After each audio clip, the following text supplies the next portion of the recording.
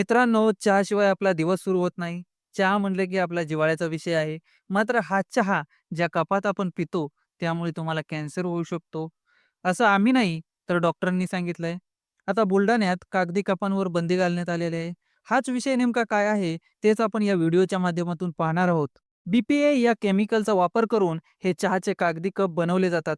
या कपात गरम चहा किंवा पाणी टाकलं, की त्याच्या आतील मायक्रोप्लास्टिक वितळतं आणि लाखो मायक्रोप्लास्टिक कण पोटात जातात.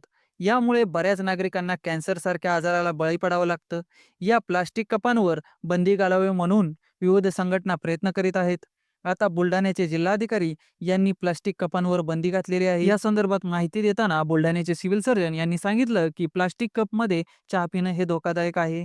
याचं कारण म्हणजे कप बनवताना यामध्ये प्लास्टिकचा वापर केला जातो आणि त्यामध्ये गरम चहा किंवा पाणी टाकलं तर त्यातील ते मायक्रोकेमिकल वितळून ते चहामध्ये मिक्स होऊन ते मानवी शरीरात जातं आणि यातून कॅन्सरचा धोका वाढतो, अशी माहिती त्यांनी दिली.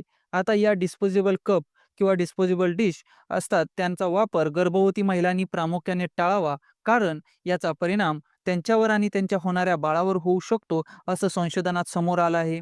या प्लास्टिक कपमध्ये चहा वारंवार पिल्याने आपल्याला लिव्हर आणि किडनीच्या कार्यात अडथळा निर्माण होऊन या अवयवांचा कॅन्सर होण्याची शक्यता जास्त असते.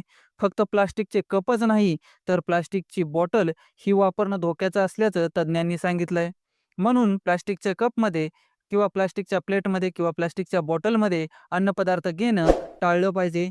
यावर तुमचं मत काय आहे ते आम्हाला कमेंट बॉक्समध्ये नक्की कळवा आणि आपल्या चॅनलला सबस्क्राईब केलं नसेल तर सबस्क्राईब करा.